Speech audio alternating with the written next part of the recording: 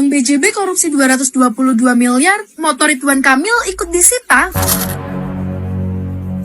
Jadi gini, KPK lagi nyelidikin dugaan korupsi pengadaan iklan di Bank BJB periode 2021 sampai 2023. Nilai proyeknya gede banget, 409 miliar buat tayangan iklan di TV, media cetak, sampai online. Tapi ternyata ada dugaan markup dan penunjukan agensi yang nggak sesuai prosedur.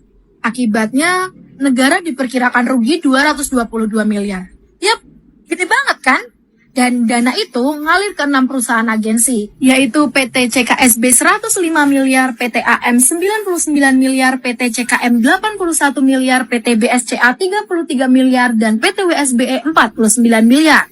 Dan kenapa motor Ridwan Kamil bisa ikut diamankan? Karena rumah beliau jadi prioritas pertama dari 12 lokasi yang digeledah KPK. Dari situ, disita beberapa dokumen, termasuk motor mewah Royal Enfield-nya. Tapi, kita belum bisa judge karena sampai sekarang KPK belum kirim surat pemanggilan pemeriksaan ke Ridwan Kamil. Kasus ini bisa jadi bukti kalau dana publik bisa bocor dari hal-hal yang sepele kayak iklan. Ternyata, hal yang sepele bisa jadi ladang korupsi dengan nominal fantastis. Karena KPK ya, kita serahkan sepenuhnya pada KPK. Tapi antisipasi ke depan supaya tidak terjadi. Ya kalau antisipasinya yang pertama kan dirutnya kan sudah mengundurkan diri. Kemudian penggantinya kan sudah ada. Dan memang begini deh kalau saya jelasin, bahwa ke depan pemerintah Provinsi Jawa Barat sebagai pemegang saham mayoritas akan melakukan langkah-langkah di RUPS. Yang pertama adalah kita ingin melakukan restrukturisasi.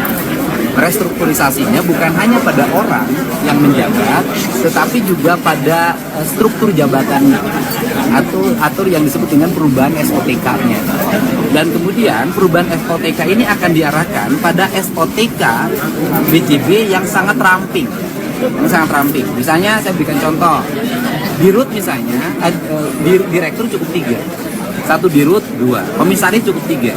Kemudian struktur yang bahasa saya tuh wakil-wakil dirut tuh tidak mesti ada. Jumlah cabang harus dirampingkan. Kemudian biaya operasional harus diturunkan. Karena biaya operasional Bank Jabar hari ini hampir mencapai 90%. Gitu kan, harus diturunkan ke angka 45. Nah, sehingga orang yang memiliki kecakapan dengan struktur yang ramping, biaya operasional yang efisien, bank akan tumbuh kepercayaan publiknya dengan baik. Itu yang akan menjadi fokus kita ke depan. Dan saya tegaskan bahwa meskipun saya politisi, saya tidak akan menggunakan kekuatan politik saya untuk Bank Jabar. Bank Jabar murni harus menjadi kekuatan politik perbankan, bukan politik praktis berbasis elektoral. Bukan. Saya ingin itu, dan saya pastikan tidak ada satu orang pun yang berasal dari tim sukses saya yang masuk ke Bank Jabar.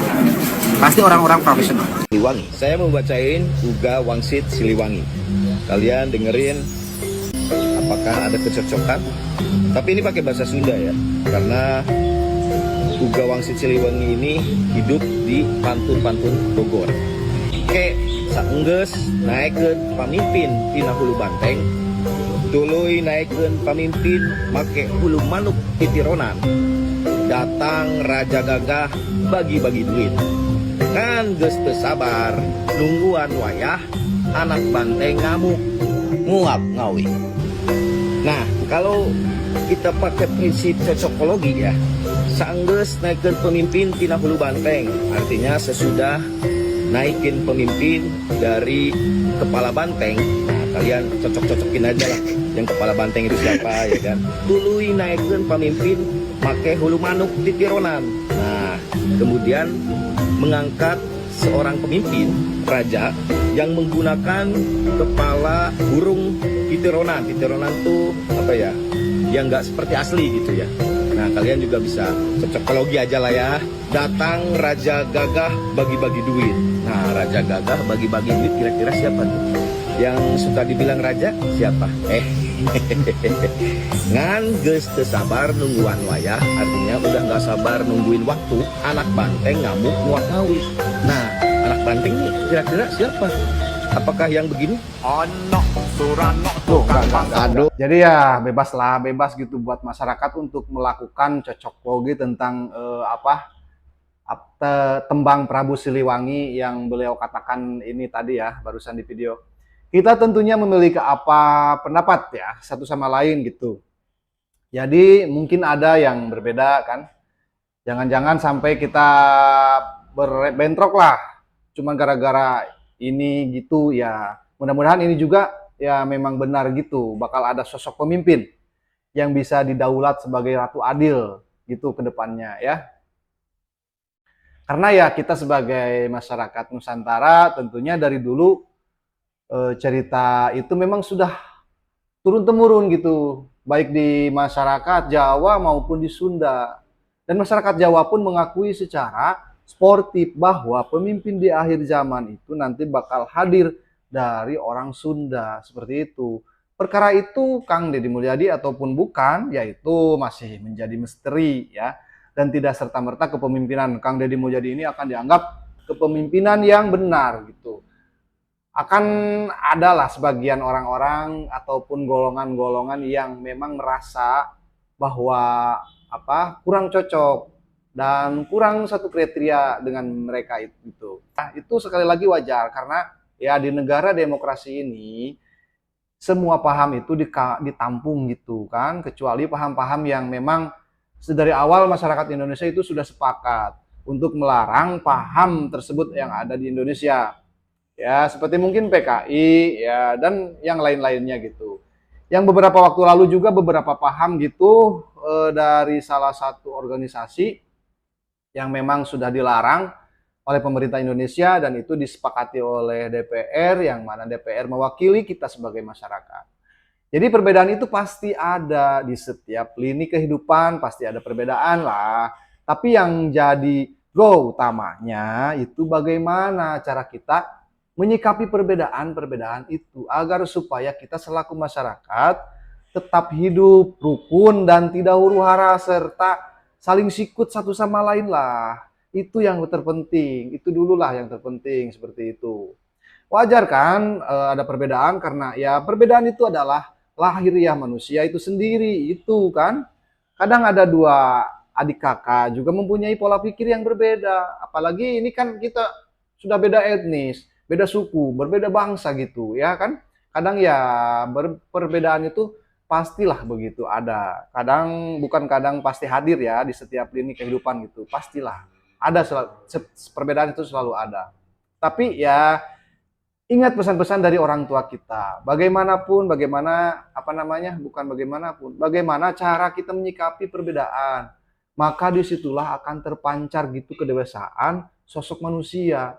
Seorang manusia itu kedewasaan itu akan terlihat dari cara dia menyikapi perbedaan.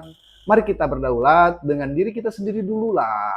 Baru kita bergabung dengan yang lainnya seperti itu. Karena kalau kita saja belum berdaulat dengan diri kita, maka kita tidak akan pernah bisa cocok dengan yang lain gitu. Kita tidak akan pernah bisa memaklumi pendapat orang lain seperti itu ya.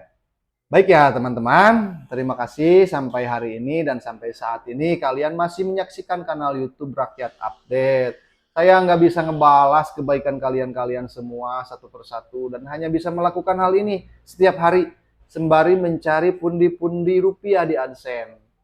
Mungkin mohon maaf kalau ada kata dan prakata saya yang kurang berkenan di hati saudara dan juga ada kata yang kurang nyaman didengarkan di telinga, yang kurang enak dirasakan oleh hati. Ya sekali lagi itu keterbatasan sebagai manusia saya. Mohon maaf sekali lagi untuk dimaafkan oleh teman-teman semua di sini ya. Dan saya doakan semoga apa yang menjadi jalan saudara-saudara semua akan dilancarkan dan dimuluskan ya. Mulus rahayu berkah salamet kalau kata orang Sunda mah ya. Dan tidak henti-henti saya juga meminta doa yang baik-baik dari kalian semua ya. Itu ya. Baik ya. Saya Rakyat Update, Sobat Rakyat, pamit undur diri. Sampai jumpa di video-video selanjutnya. Assalamualaikum warahmatullahi wabarakatuh.